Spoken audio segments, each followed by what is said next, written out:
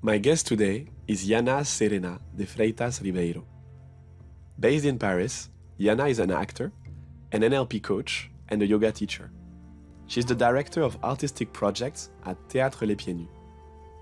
After seeing glimpses of her work online, I was particularly interested in her journey of transformation, from her business school corporate self to her becoming a full-blown artist, supporting people in their personal development.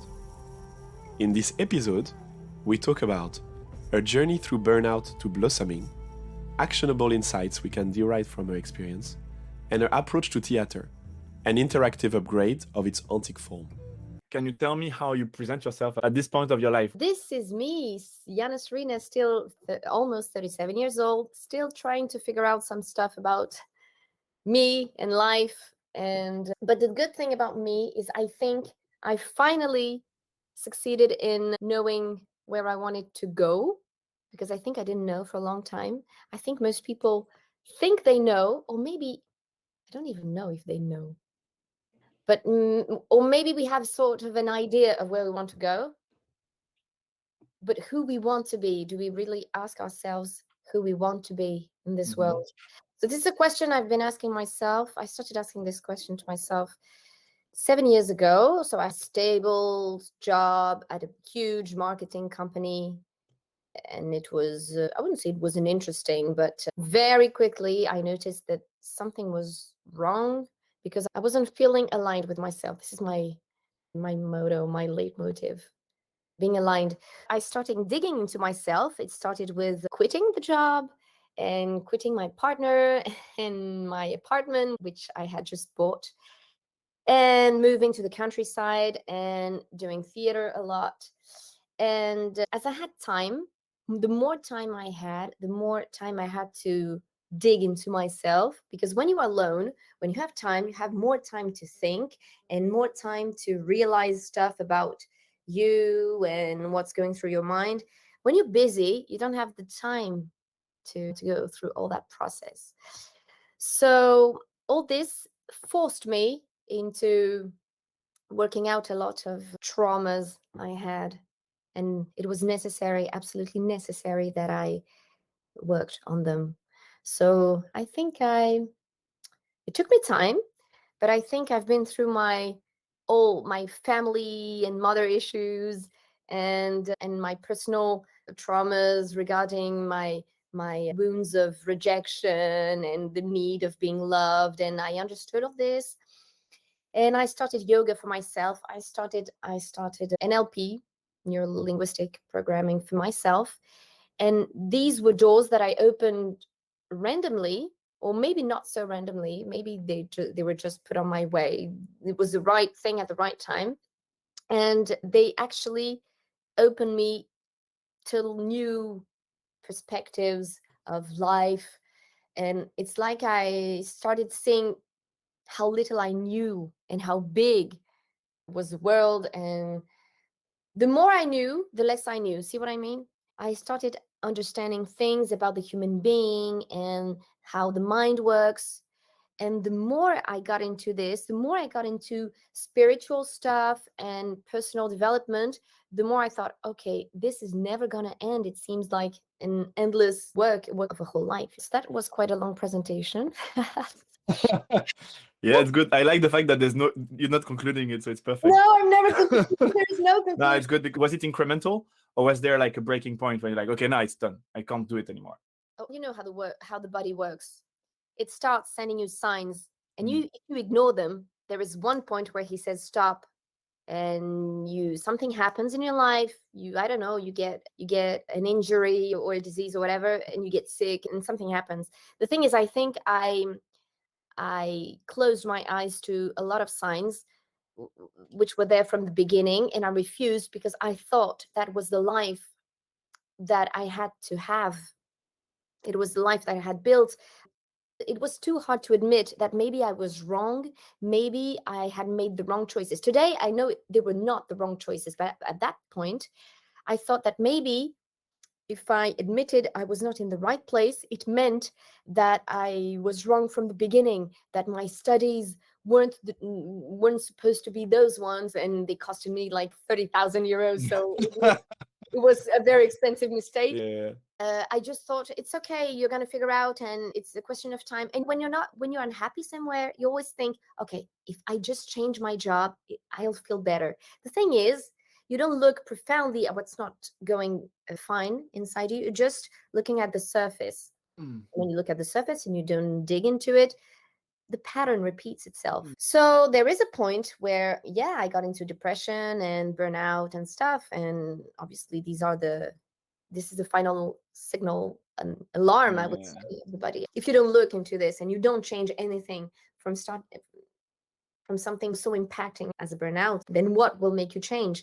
It's like from a cancer. Wow. It will come stronger and stronger. Yeah. Okay. So you said at the very beginning, you spoke about one question, but you didn't really answer it. You said, who do I want to be? So who do you want to be now?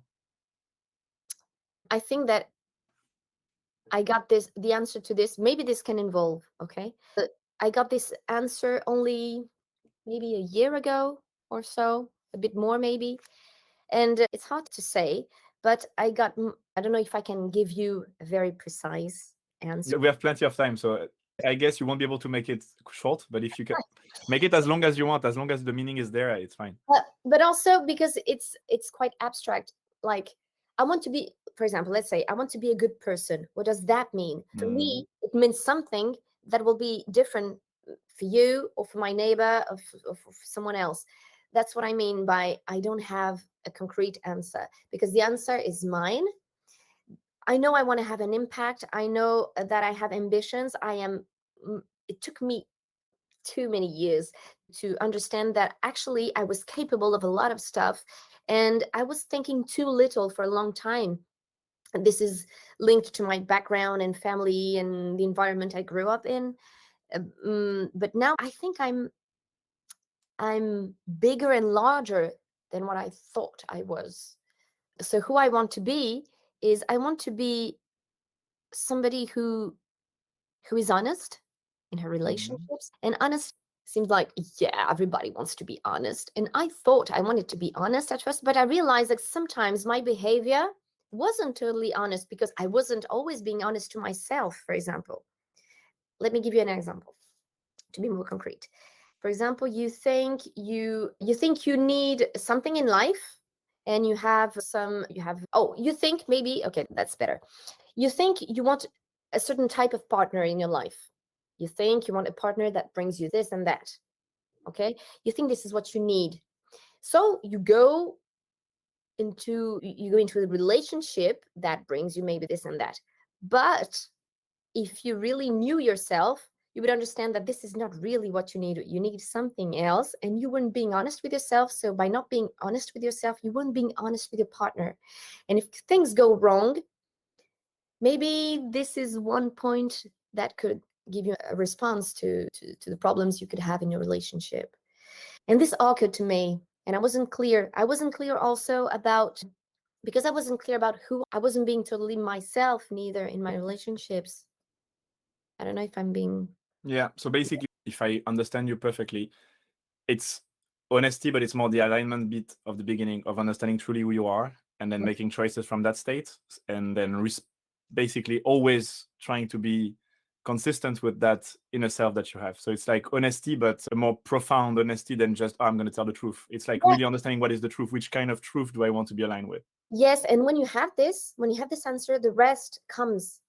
Because if you are aligned, this is my leitmotif, as I said, then you will know what is good for you, what is not, and you will be capable, because you are sure of yourself, you will be capable of saying no to this person, no to this, but maybe yes to this, instead of always trying to satisfy everybody, stuff like that. Now I feel like, okay, I know what I need, so I'm more capable without being afraid of not being loved, without being afraid of being rejected, without being afraid of hurting anybody, because now I know how to communicate better. And when you communicate in a good way, when you are aligned with yourself, you cannot hurt people's feelings because you are in peace with yourself. So what they receive is peace. They do not receive aggression. Yeah. So it's very linked to your own alignment. So that's all the process of who I want to be. So when you say, who do I want to be, is it only honest, or you have other things? I know that your honest is deeper, but Is there other things, or that's it? The other things, the other thing is I think we are here in the world. Our existence cannot be random. I think we have, it's not religious or spiritual to say we have a mission and stuff. I'm not saying that in that way. The thing is, if we have the chance to be alive and be here right now, let's make something out of it. Let's have an impact. It can be a small one, but I believe in the virtuous circles you can make. When I make a show or when I give a yoga class and make somebody feel good, because this person, by feeling good, by leaving the theater feeling happy, then they will shine and sparkle this happiness that will then impact other people, etc., etc. This is what I mean. So by having an impact in my daily actions, my projects, I always, okay, is this going to have a positive impact on somebody today or in the future? And this helps me build my projects. And also, I think, and maybe this will be my third point, I think there is an emergency today in the world. I'm quite an ecologist. And I think we cannot close our eyes and shut our ears and mouths anymore. And I want to make sure that every day I do my best to help leave a better world tomorrow for our children. So this made me do lots of changes in my way of eating, in my way of consuming, of buying. But I feel so happy and okay with that. For me, it's absolutely normal. And it's not a sacrifice. It's not only that it's normal, it's a pleasure, actually. I feel like I'm so happy doing what I do, because when I changed my way of consuming, of eating, when I change my food, I'm happy in doing it because I feel like I'm doing it for the earth, and there is nothing that I love more than earth. It seems a bit, Oh, it's good. earth is beautiful and stuff. But yeah, I don't know. It's fascinating. It's Cool. I'm not aware of this place enough. Agreed. Anyway. Agreed. When you were talking about honesty, I thought about, basically, we were going back to alignment. So people say I'm honest or I'm aligned. Some people, to speak about the same thing, would speak about courage. I want to be courageous because I want to live aligned, because that takes a lot of work, or you need to go past your fears and basically go maybe against the stream. The fact that we all talk about the same thing sometimes using different words. And you chose honesty. Some other people speak about courage. But anyway, I saw actually from June 2015 to June 2017, there was nothing on LinkedIn. What did you do? So you started answering this. How this thing happened, because you spoke about plenty of different modalities. So you have this burnout. What happens? I'm really interested in the breaking point. So you have this burnout. You decide to leave everything and move. Is it Avignon you go to at that point? No, I went to the countryside. It was 1 hour from Paris. 1 hour from Paris. I have never lived in the countryside before. I'm a pure product of the city. And I grew up in the city. I just knew the city. I didn't know what was having a house, for example, cows every day. I had no idea. And I had the chance during 5 years, and I miss it a lot, actually, because it was a revelation. I realized how connected to nature I was, which I absolutely didn't know. And it occurred to me that I was deeply, profoundly a countryside person. How did you stay connected to nature in the city? Because we all need nature. How did you do it? When I was in the city, when I was in Paris, I wasn't connected to nature at all. Like, you wouldn't go to the parks, or Paris is so full of buildings. There are very few trees. Yeah, there are some parks and stuff, but not enough. And when I started searching for places, I thought I would like to live closer to Vincennes, or because I stand the streets, the cars, the metro anymore. And that's how it occurred. And this is the moment I realized how recharging it was. And I realized the power of nature. Before that, I had no idea. I just felt something was missing, but I had no clue what it was. Something is missing. I know there was something inside me that is craving for something, but I don't know what. But I felt like I had to escape from the city. Okay, so you go to the countryside and you're like, oh my God, that's so good. Yeah. And how's the layering process? So do you start with NLP? Do you start with yoga? Which one came first, and how did those things come to your life? What came first? Nothing. Nothing. What came first was of 2 years of nothing, 2 years of emptiness. But do you know this legend? I'm going to tell you a story. Tell me.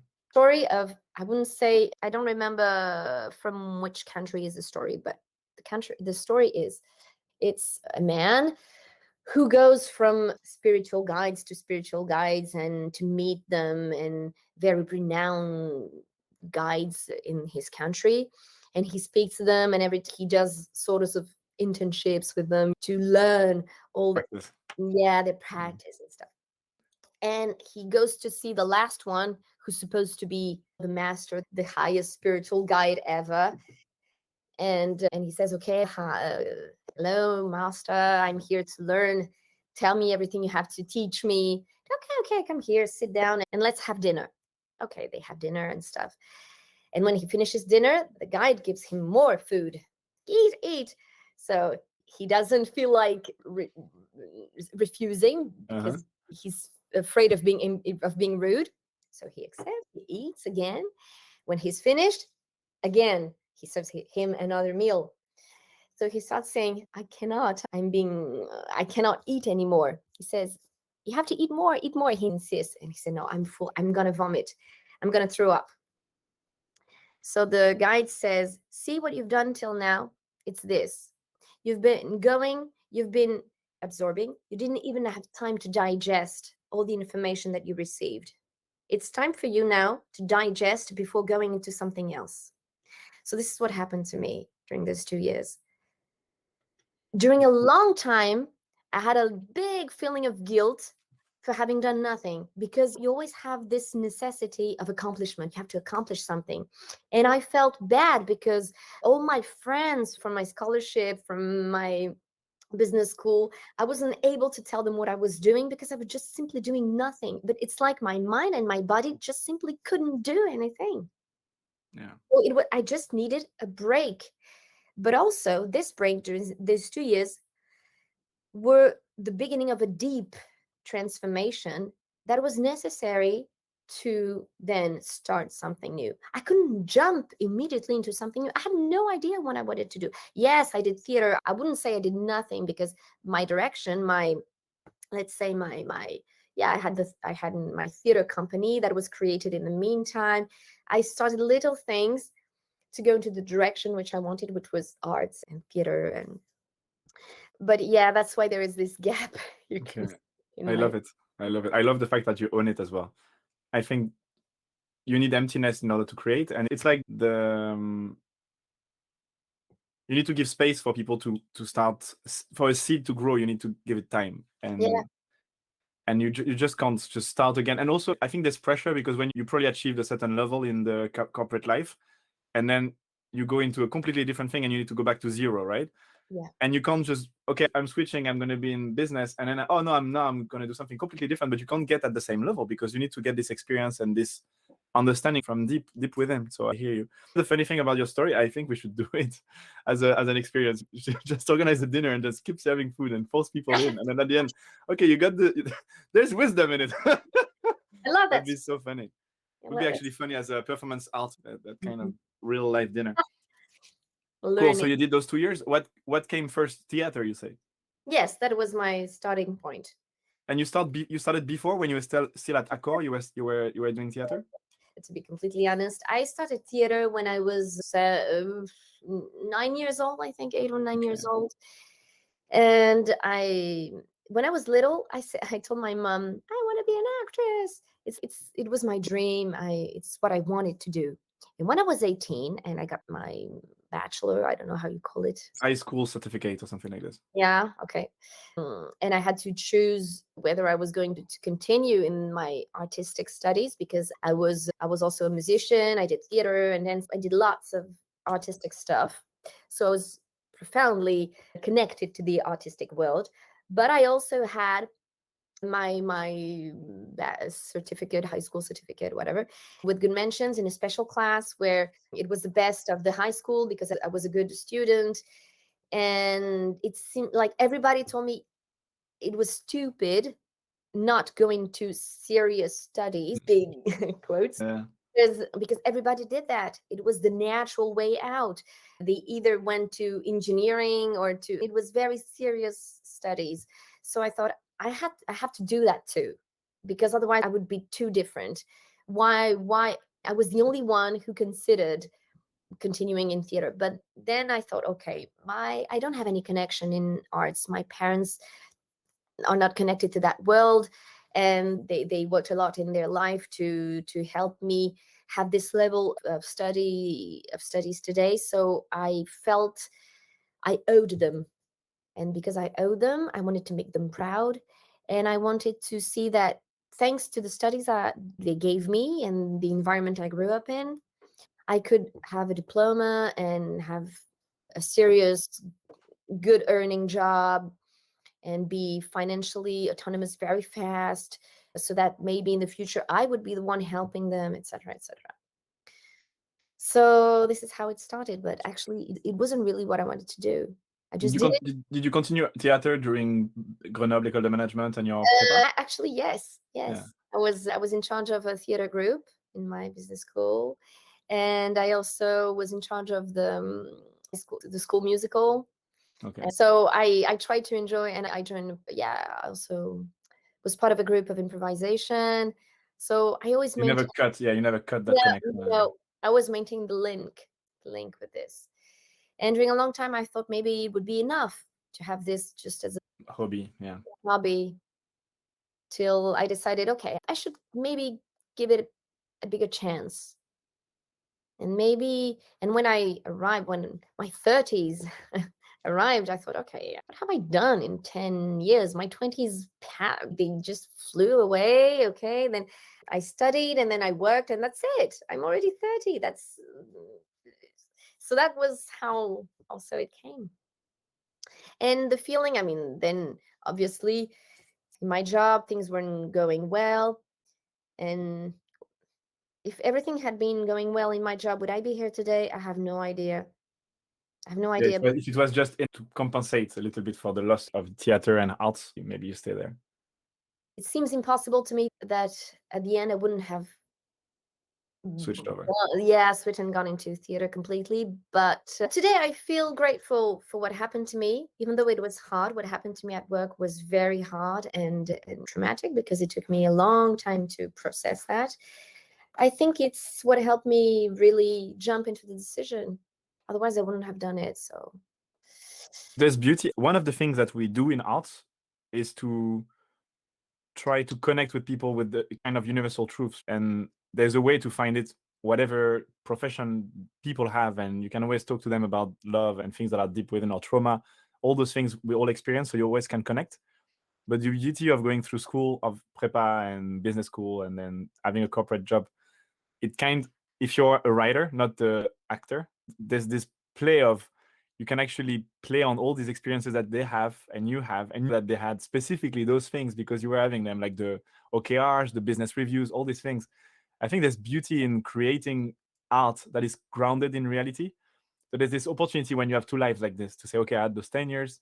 Okay, it's not a waste of time. I can create an artwork based on this and just talk to people in their particular setting. Like, for instance, that's why The Office is so funny, because it's just, that's the drama of The Office. It's like when it's pushed to the limit, right?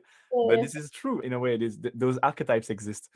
So have you thought about creating something out of all this corporate thing that actually has value artistically, even if it doesn't have to, it could be dramatic as well. It doesn't have to be funny like The Office, but do you see it as food for the art, or right now you cut and you do things that are not related? Actually, when I left, my first intention was, it's like I saw how many people were in the same situation as mine, doing this job, but not being completely satisfied, not because the job wasn't satisfying, but because something inside them wasn't completely aligned. I'm coming back to the word again.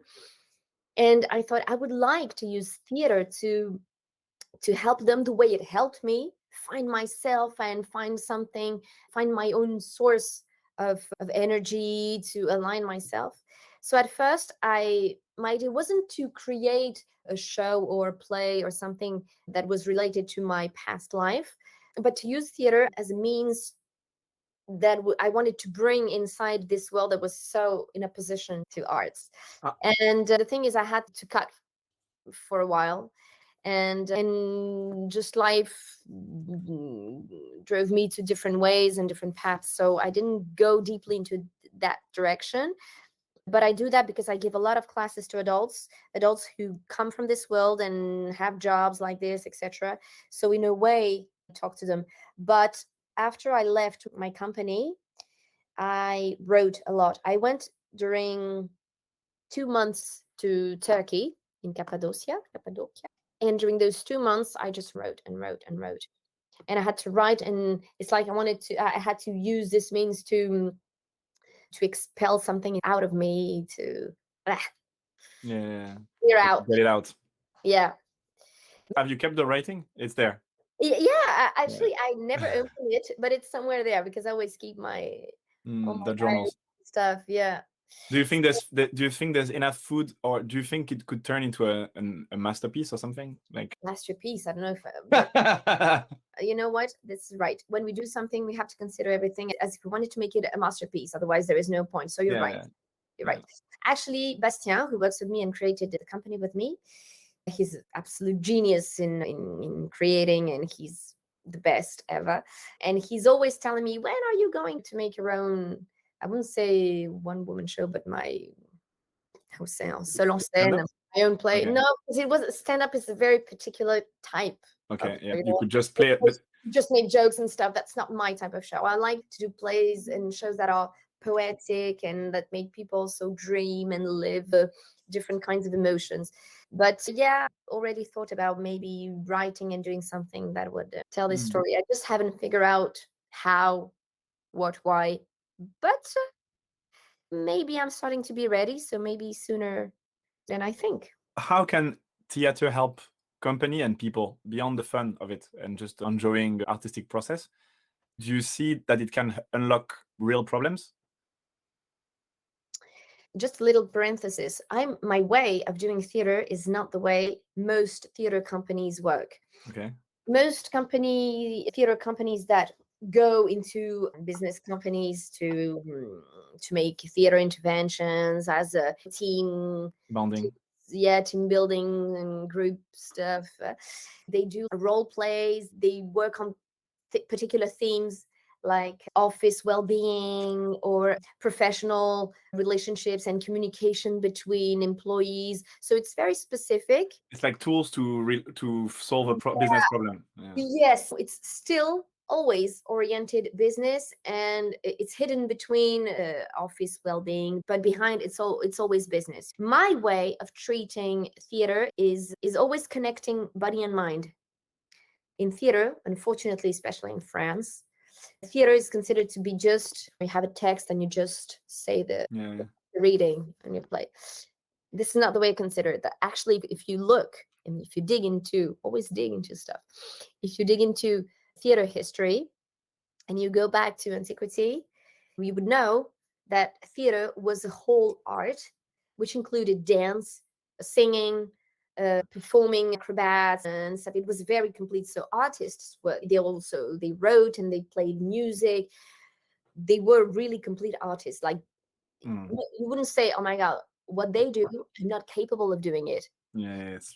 Somebody standing in front of an audience and just saying their text, actually there are more people who can do that. Maybe not everybody. For some people it'd be more difficult, but there are more people who can do that than jumping and doing stuff with their bodies. And just to say that for us, I say us because I'm not alone in this company, and we teach as a pair. We always work connecting the two elements, mind and body. So we do a lot of work that is physical. We do little tiny workouts and trainings. We listen and work on traditional musics that come from India, Japan, Eastern Europe, Latin America, whatever. We work on clown, masks, voice, but also do yoga, breathing work. So it's very complete. And these are means. And when you connect one thing with another, you start realizing what you do, the exercises that we do in theater are not properly theater exercises, but people say, my God, this is so useful. This makes me realize stuff about me. I'm going to give you an example. We have that particular one exercise that terrifies all our students, but yet they love it when they have done it. You sit it on a chair and you have to speak nonstop. Yeah. Speak. So you start by, what I like in life is, and what pops into your mind immediately is your subject. And you just let the words come out as they come and it flows. The thing is, when we do that exercise, most of them stop because their mind is so powerful that they start judging what they are saying, and they start thinking, but what I'm saying is bullshit. It's not good enough. Yeah. It's not good enough. And actually, it's not about the subject. I said I was going to speak about I don't know, the sun, and I'm suddenly that okay? Oh my Yes, God. Yeah. it's so into the mind. And the thing is, it's actually what we want to do. And so they start over the exercise again and stuff, and we see how the mind is powerful, and we just not even trust what comes out. And we have those personal filters. Yeah, I hear what you say. It was a leading question because I felt the same. One of the things that happened to me in theater was I had to play anger, or I think I had to cry on stage. So going far in one emotion, and it was so difficult. And it was the same. It was the controlling mind looking at me like, first you don't really know how to do it, and then it's like judging myself of what is correct, how you do it, how people do this thing. So it's super powerful. Super powerful. And so companies do hire you. You do find clients, even if your way is completely different from the other companies. Yes, it happens.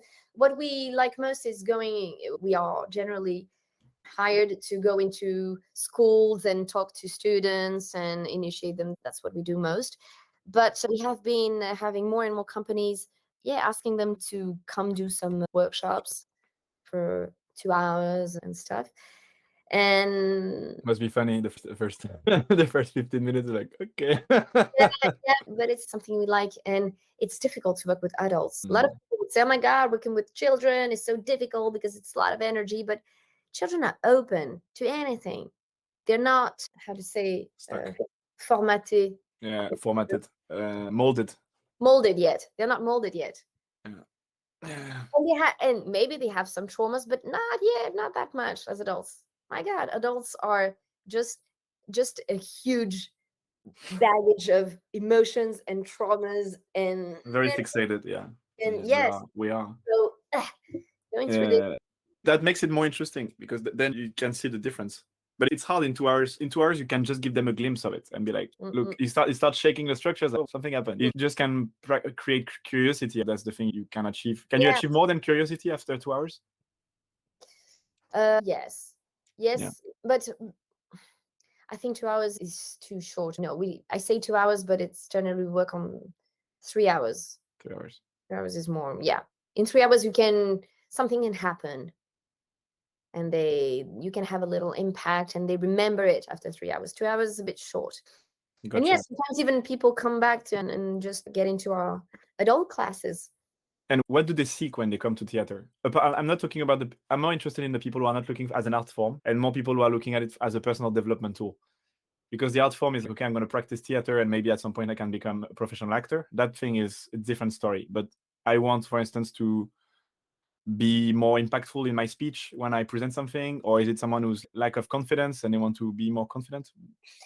Strangely, some people have told us this. Why do you come here? What is your main reason for starting theater? And they would say, because I feel it could be useful in my life, because I want to feel more confident, etc., etc. So all the most popular reasons for doing theater are there. But generally, I would say the majority of people who come into our classes have seen our shows, and they have loved it so much, and they lived an experience, a true experience in that moment, that they say, I want to go further. And I started feeling something as a spectator of the show.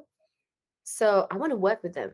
It made me want to know them more, because what I saw on stage was so powerful, so interesting that I want to know who they are, and maybe this could help me. And It's beautiful. yeah, it's actually the show that made them want to meet us. And So at the end of the show, do you say, hey guys, we give classes, you promote it actively, or it's just that they look for more experiences? sometimes yes, sometimes there's a little flyer with all our information. It's a great idea. Sometimes it's just word to mouth. Sometimes they just do their own research. They know the name of the company and they say, okay, I have to work with them, and that's it. Do you, sorry, I'm going from in theme that are completely, there's no story, but basically, I've always thought about the beauty of involving the public more than in typical traditional theater, where people are just looking and maybe clapping and smiling and laughing. But do you give them a role, an active role in the scene, or how do you make it more interactive so that people have a stronger involvement beyond their own feeling and their inner ecology, let's say? You have to come to see that. Can you come to Zagreb? How can I? Yeah, that would be a pleasure. How can I tell you an experience that is something you're supposed to live? It's a very difficult question. But what I like about your questions is that you're saying something that is very true, and that we are trying to break is this wall there is between the actors and the stage and the spectators. Because this gives a distance. It's not television. If you want a screen, then just stay home and watch TV. But the thing about it's called spectacle vivant, so living art, because it's there, because it's physical. So this is what makes theater powerful, is that one night wouldn't look like the following night.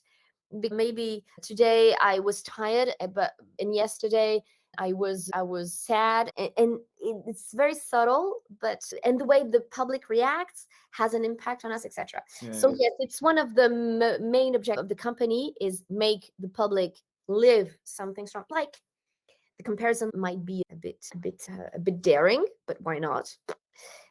At least I love the yeah, why not? You know what you feel when you go, even though there are a lot of polemics about the latest World Cup, and I'm not a big fan of how it was made. Yet, what I recognize about football is that it federates people and nations. Okay.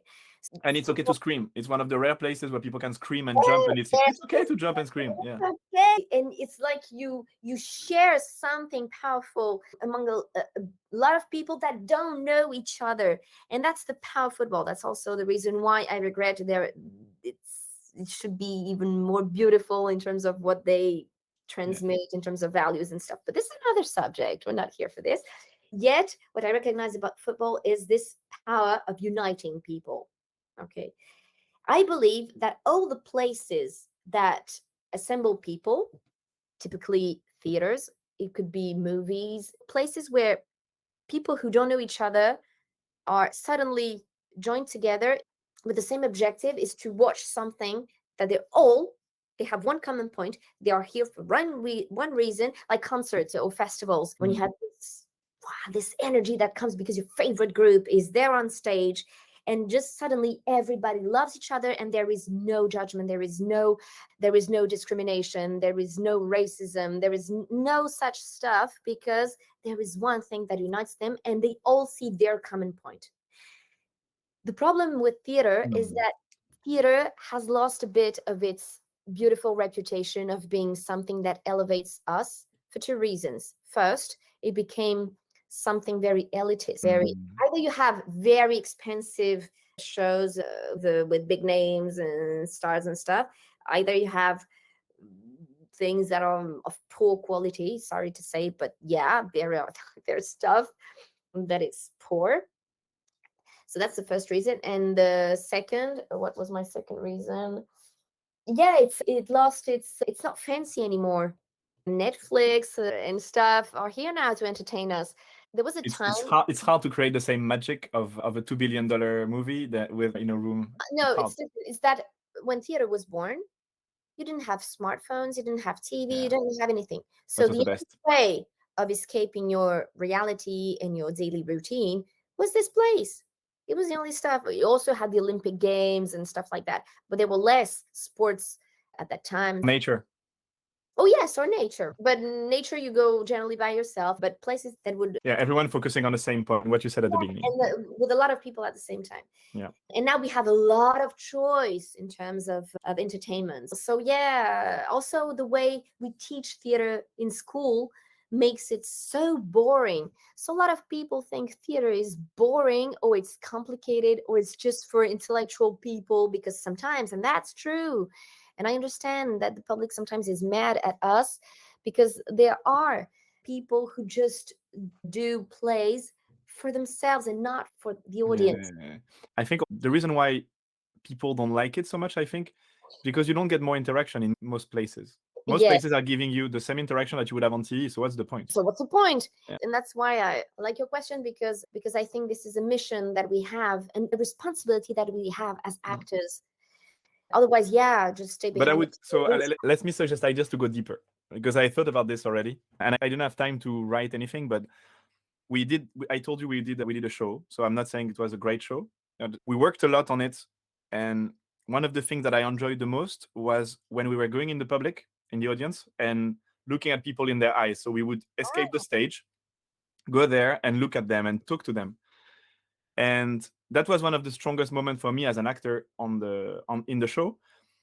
And I started reflecting about that particular dynamic. And I was thinking, okay, how can you have people actually interacting with the actors? Because at the end of the day, it was not like a comedy show where if he was saying something, I could have improvised. I was doing a fixed gig, right? So it was weird because I was asking them questions, but actually I was not waiting for. Didn't want an answer because it would have fucked up my lines.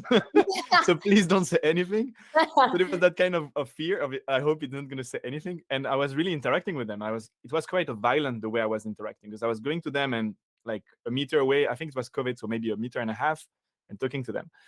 And then I started reflecting about this as a dynamic, and I was thinking how beautiful it would be to start the theater before people are seated. So imagine, for instance, some of the actors being in the streets and asking for money, for instance, begging in the streets.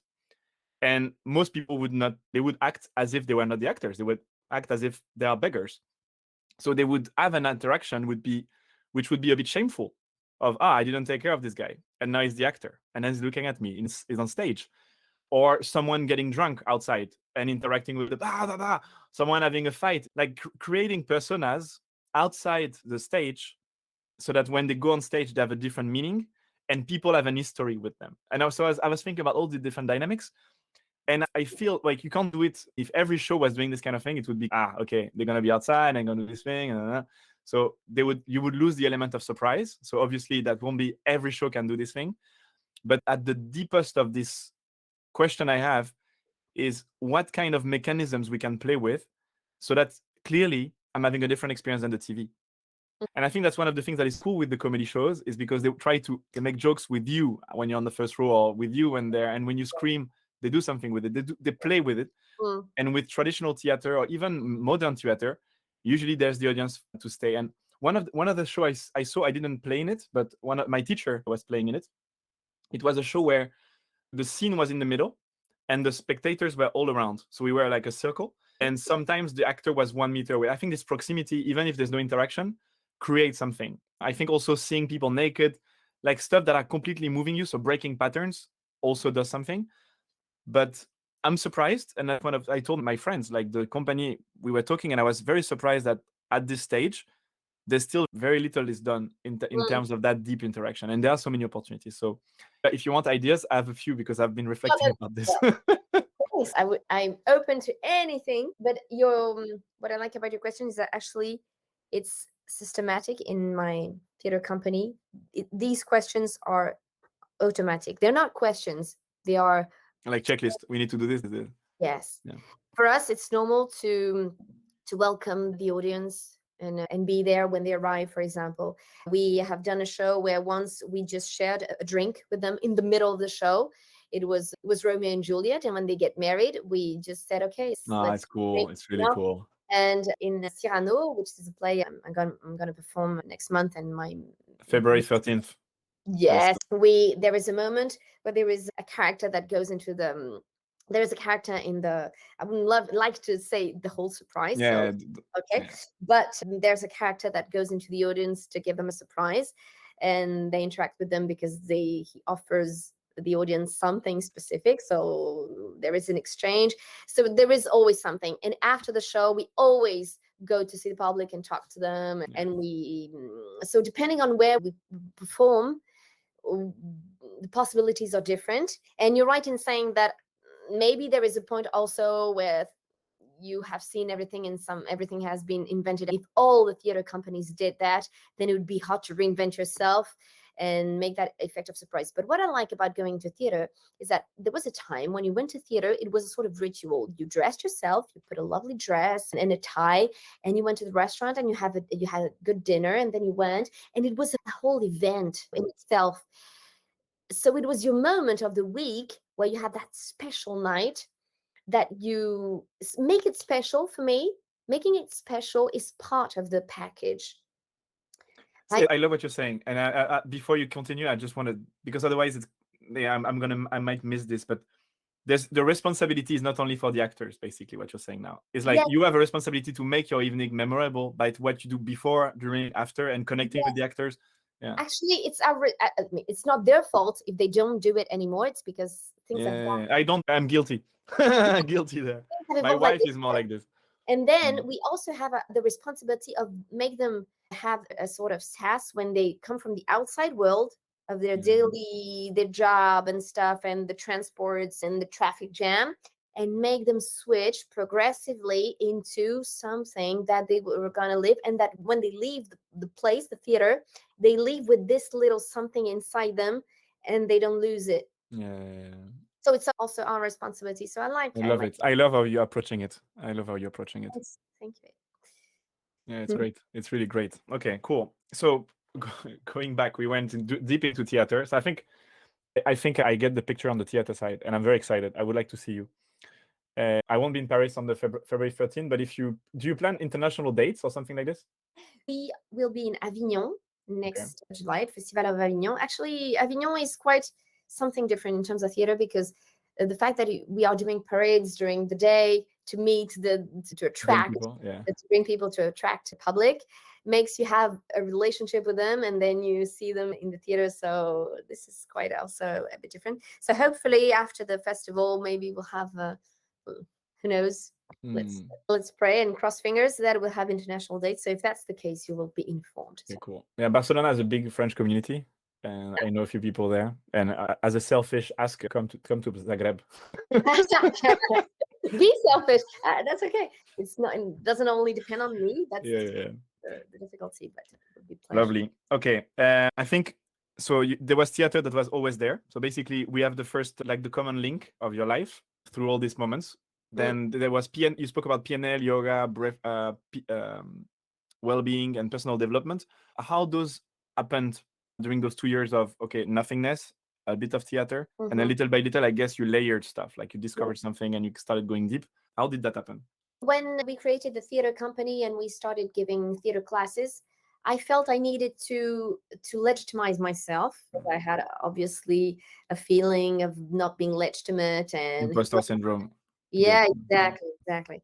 So who am I to instruct those people and give them lessons about theater? So I needed to learn stuff. I don't know. I needed to reassure myself at first. And that's how I started NLP. I started, I am dealing with human beings. And I remember that when I was young and I had theater students, sometimes the positive and both negative thing about theater is that it's very close to the intimate barrier.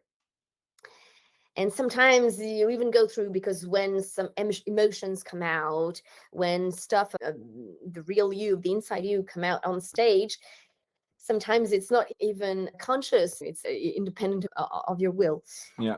So when you deal with this sensitivity and this zone of intimacy, you have to take care of it. So as a theater teacher, I consider I have a huge responsibility, because when you touch that sensitive zone, either you help people outgrow and then they shine and it's great, or you hurt them. Exactly. Yeah. And then it takes years to go past that trauma. So it's not a joke. You cannot say anything you want on stage just because you're the professor. That's not okay. That's how lots of too many. We had students that come in our class and say, I had a very toxic teacher at first, but I didn't realize because I considered he was a teacher and it was theater. So I had to believe what he said. I didn't realize how not okay it was. They wouldn't know where to put the limit. So this is also something I'm thinking of working on. How can I try to make people realize what is okay and what is not when they do hobbies? Yeah. So I started NLP to understand human psychology and make sure that my communication would be well oriented and that I wouldn't do to others what some teachers had done to me. I wanted to take care of them. My mission was make them feel better. So I had to work on my Feedback. yes, pedagogy. Yeah. Pedagogical approach. Yeah. So that's how it started, and it just opened new doors to me. So you were not trying to work on yourself at that point. You were like, okay, I need Not a tool for yet, my, not not yet. a toolbox for. It was meant to be a toolbox. I don't know. I was attracted. It was, I don't know. It was a bit random. It came. Oh, cool. This sounds interesting. I'm gonna dig into that. It was not expensive. It was a certificate online. So, oh, that's cool. I'm home. I don't have to go to a school. I can do that at my own path.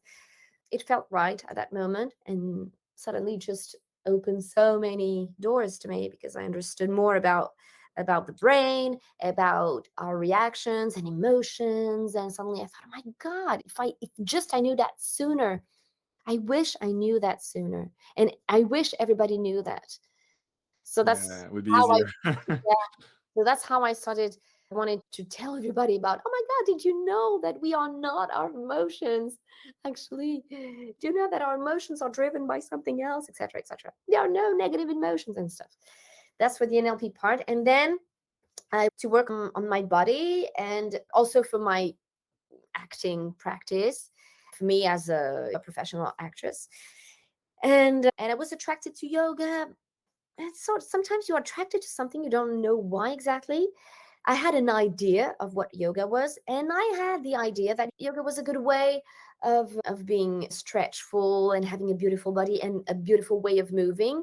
And I was aware that some parts of my body were a bit stuck and I needed to work on them.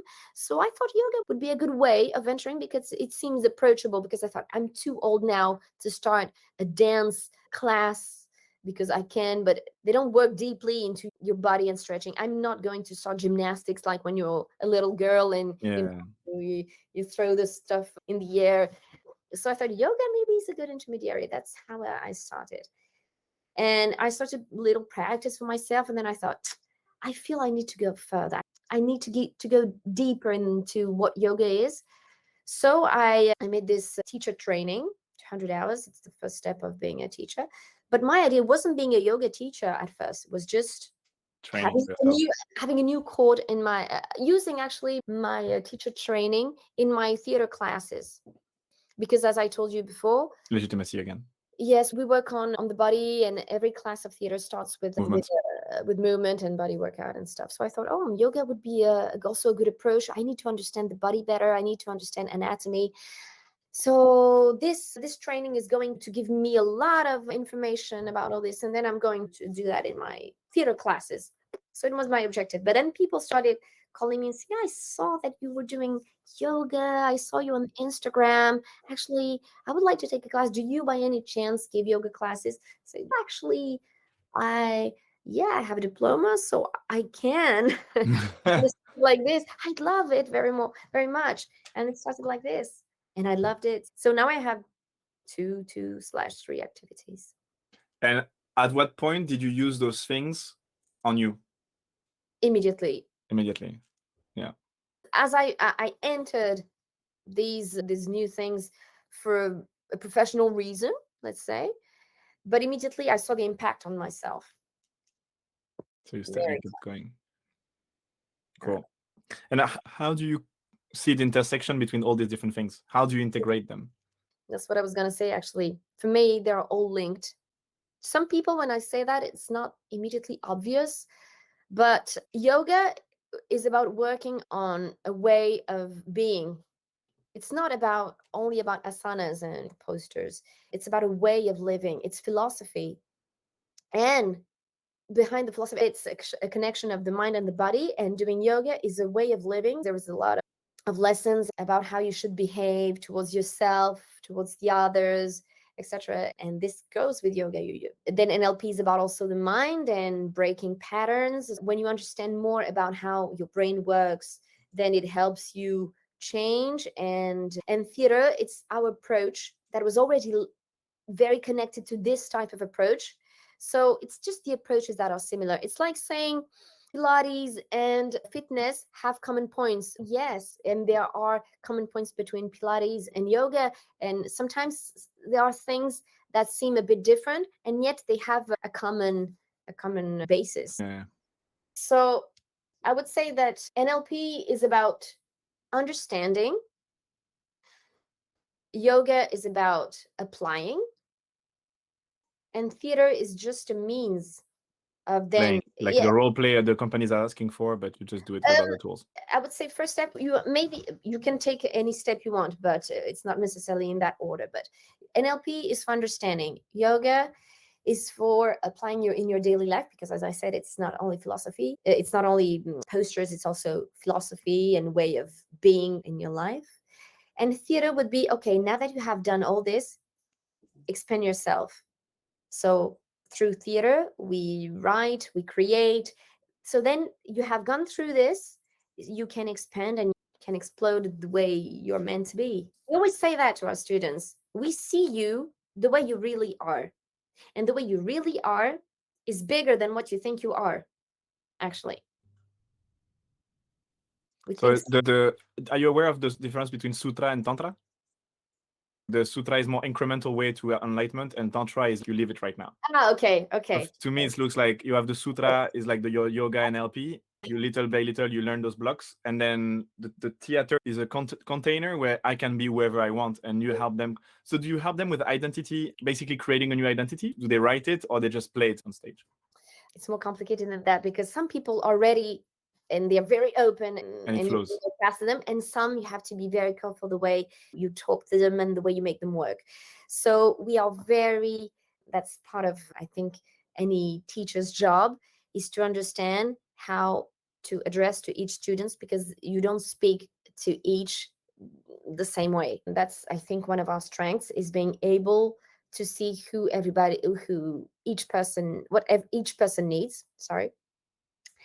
And maybe before really being what they're meant to be, they need to go through several steps. So we have students that make it in their first year of theater, and some people will take more time, 3, 4, 5 years maybe, and that's okay.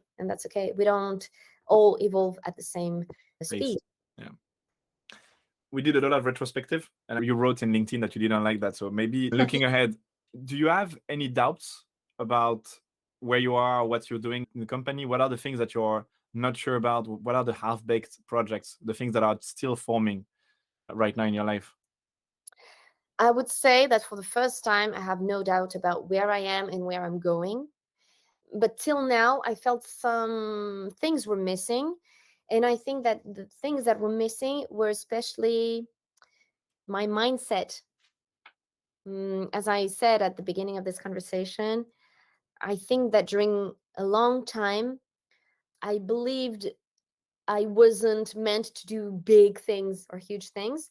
And I'm not blaming my parents for that, but I'm just saying, because it can explain, the context explains the involved in.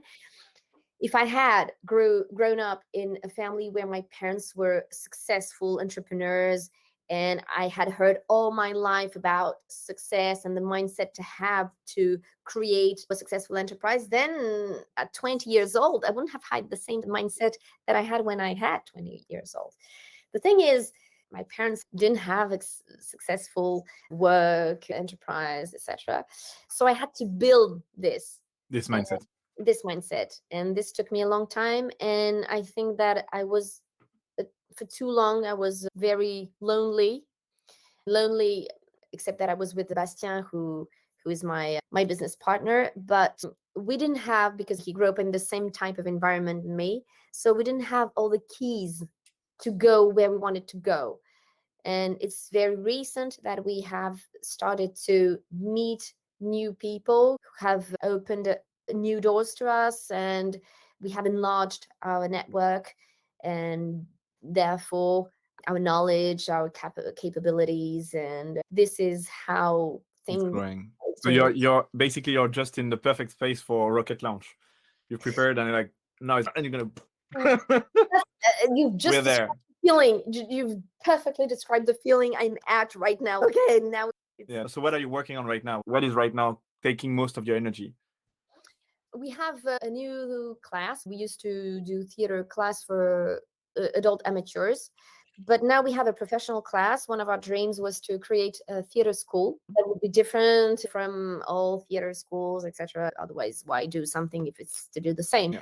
So we had a vision because we had our own disappointments on art schools, and there are schools that you can find in the United States and in United Kingdom that you don't find in France in terms of content and quality of learning.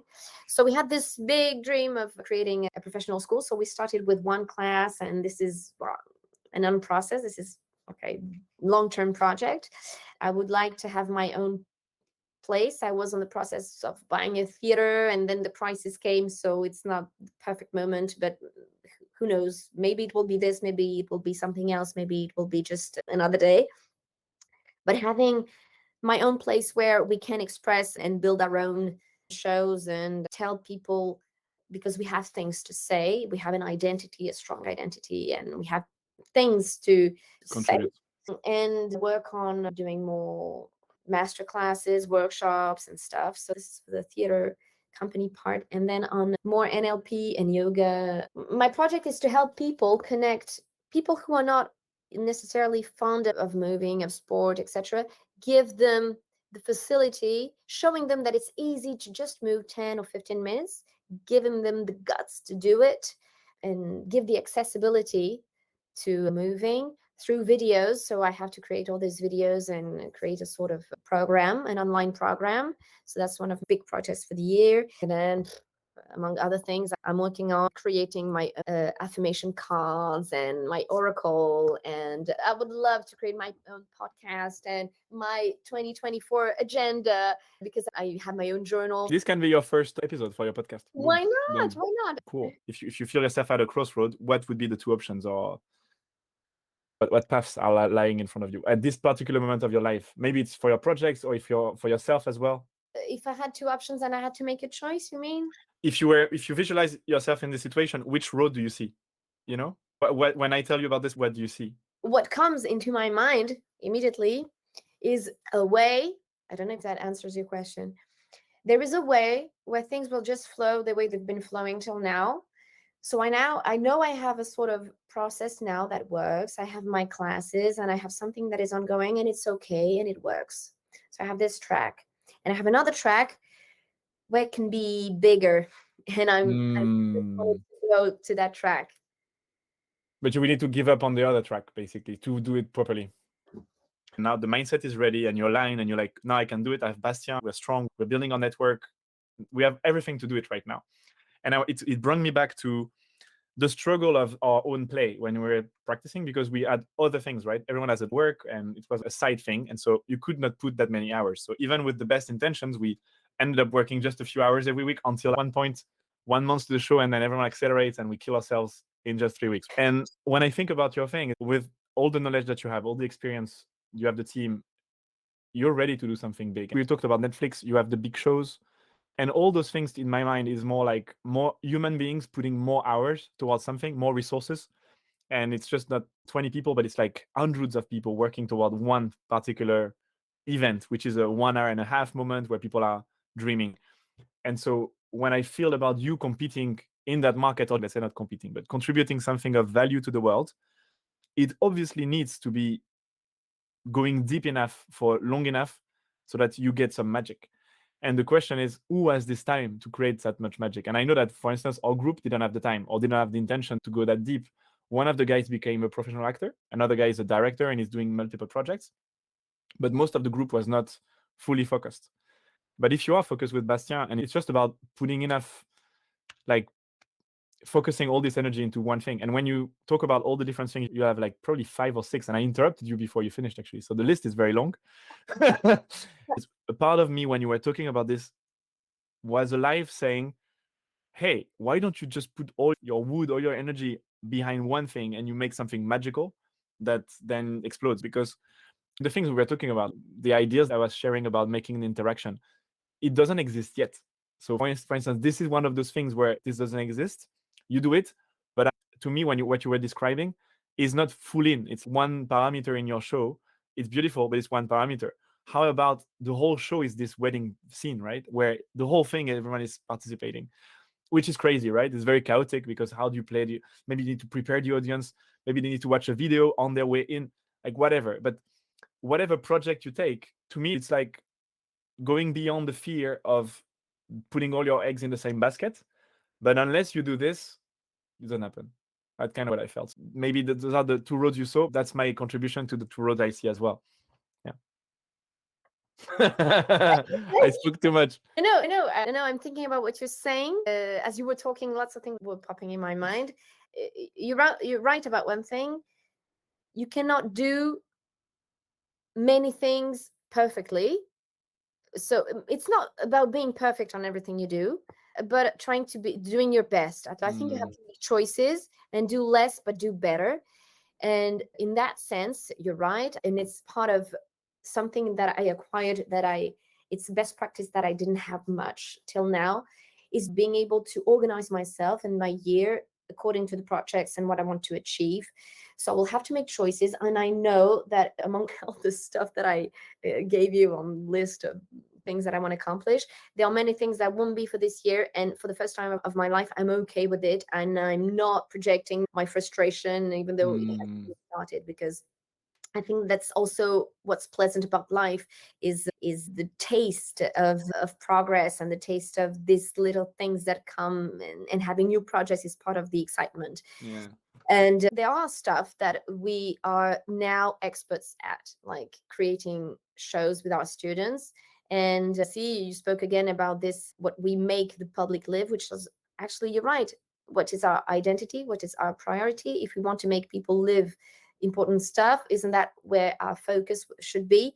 And yeah, our focus, and this is more Bastien's specialty and zone of genius, and that's our strength, is that every show is completely different.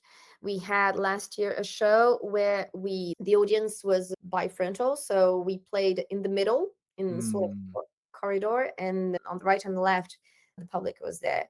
But we also, a few years ago, there were 4 stages and the public was in the middle. This year we are doing a sort of, it's a different play, but it's in the same idea. It happens in a wedding, so we decided to invite people to a wedding, and they would just be eating and having a meal, and the play would occur. This is brilliant. Stuff like that. See, yeah. So, this is thing that we like to do. I don't want to reveal everything because I want people to. Yeah, please. But wait, Iana, what? So basically, if I look at, but I don't want to be contaminating your own process, and I don't want to be pushing anything, because I think what you're saying is beautiful. Like in my mind, there's what I would just do as a follow-up to the previous question is, okay, let's say that it's no longer a crossroad. You don't need to choose, actually. You never need to choose. And so you were telling me about not choosing, but maybe one thing is stronger than the other. And so which one is this thing? But before you go there, in my mind, what you need is basically one thing that makes you explode nationally, probably, like one scene, one masterpiece that everyone knows you for. It's probably what you need to have. And yeah, I think the interaction is the key to this, because no, I don't hear about other things like this. Maybe I'm just not connected enough to the world of theater, to be honest. But yeah, I feel there's something there. And it's not something that I discovered today with you. I've been thinking about interaction for a long time. And everything you say is quite innovative, I think. And the question is, how innovative do you need to make it so that it becomes the thing that everyone wants to see? Like, well, I went there, and I guess all these experiments that you've done, all the different stages, already thinking about the stages, thinking about the moment in the scene, all these things you went already quite far. We have to be cautious that what drives us isn't the absolute necessity of being innovative, but what drives us has always to be what the public lives, point, full stop. Yeah, it's not ego, it's not my own success. Because if you're just on the On your own thing. innovation, then you lose Yeah. your why, you lose why you were here in the first place. Yeah. So my point will always be, and knowing that I don't always need to reinvent completely myself, because there are 6 billion people on Earth, and before all these people, I don't intend to be the 6 billion people will see the shows. But what I mean is, if I only take even Paris, even though my show Cyrano played for 2 years, Paris is so big, even though it's a little city compared to London or New York. Paris is already so big that actually maybe it's only 1% of Paris who's seen the show. So with one idea, you already have the time to transmit it to a lot of people and make that blow. So you were right in saying that my focus would be this year on this showcase. That would be our big. So writing a new play, basically, that's one of the focuses. No, the focus for 2023 would be the showcase to give the show Cyrano the proper visibility it deserves. So you think it's already there? Cyrano is already great enough for you to focus on promoting it instead of creating a new play? When you have spent so much time creating a very good product, and you have had enough years to perfection it, and suddenly you're going to say, oh, I'm going to do something else instead of selling this perfect product you've been working for years. What do you think? I am also aware that we have been through 2 years of COVID. You didn't have a chance. So you want to give it a real chance. Yes, because when it started really was succeeding, suddenly everything stopped and boom, theater closed, and we went home and we were unemployed. So I want to give that a chance. And also because the cultural environment is a bit special, so it doesn't work exactly the same way as it has lots of common points. That's in that way. I'm thankful for having done a business school, because I understand how the world works. And then other plays would be the next priority, because we have to emerge as an entity with our own identity. And that's why we also we have this visibility with our amateur shows. It's a way of, it's our little products. We have a main products and we have little products around. Love it. I'm very excited. Is there anything you want to share beyond what we talked about? Anything that came up to you? Thanks for this very pleasant conversation, listening to my story as I was speaking. And also I am thankful for that, because you gave me the opportunity to remind myself my why. You asked me about it, and it's something you have to